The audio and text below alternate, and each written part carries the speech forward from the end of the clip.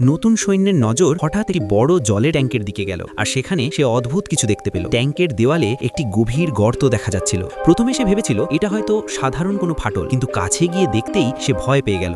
গর্তটা এত গভীর যে এর শেষই দেখা যাচ্ছে না। পরিস্থিতি গুরুতর মনে হয় একজন অফিসার নিজেই গর্তটা পরীক্ষা করার সিদ্ধান্ত নিলেন। যখন তিনি সেই অন্ধকার সুড়ঙ্গের ভেতর দিয়ে মাথা বের করলেন, তখন দেখলেন সেখানে দুজন অপরিচিত লোক নিশ্চিন্তে ঘুমিয়ে আছে। জিজ্ঞেস করলে তারা নিজেদের একটি অনুসন্ধানকারী দলের সদস্য বলে দাবি করলো, কিন্তু অফিসারের সন্দেহ হলো, কারণ এই এলাকায় এমন কোনো দলের অনুমতি দেওয়া হয়নি। অন্যদিকে সেই দুই সন্দেহভাজন ব্যক্তি যখন সুড়ঙ্গ থেকে বের হলো, তখন তারা নিজেদের মধ্যে চুরির পরিকল্পনা নিয়ে কথা বলছিল। তাদের পরবর্তী লক্ষ্য ছিল সেনাবাহিনীর পাহারাদার কুকুরগুলো, কিন্তু তারা বুঝতেই পারেনি যে ঠিক তাদের পেছনেই দুইটি বিপজ্জনক মিলিটারি কুকুর দাঁড়িয়ে আছে। তারা পেছনে ঘুরতেই কুকুরগুলো তাদের ওপর ঝাঁপিয়ে পড়ল। ভয়ে তারা আবার সেই গর্তের ভেতর লাফ দিল, কিন্তু ততক্ষণে সৈন্যরা পুরো বিষয়টা বুঝে সতর্ক হয়ে গেছে। চোরেরা বাইরে বের হতেই জওয়ানরা তাদের ধরে ফেলল। শেষ পর্যন্ত তারা কোনো মতে প্রাণ বাঁচিয়ে সেখান থেকে পালিয়ে গেল। তবে ততক্ষণে তাদের আসল পরিচয় সেনাবাহিনীর রেকর্ডে নথিভুক্ত হয়ে গেছে।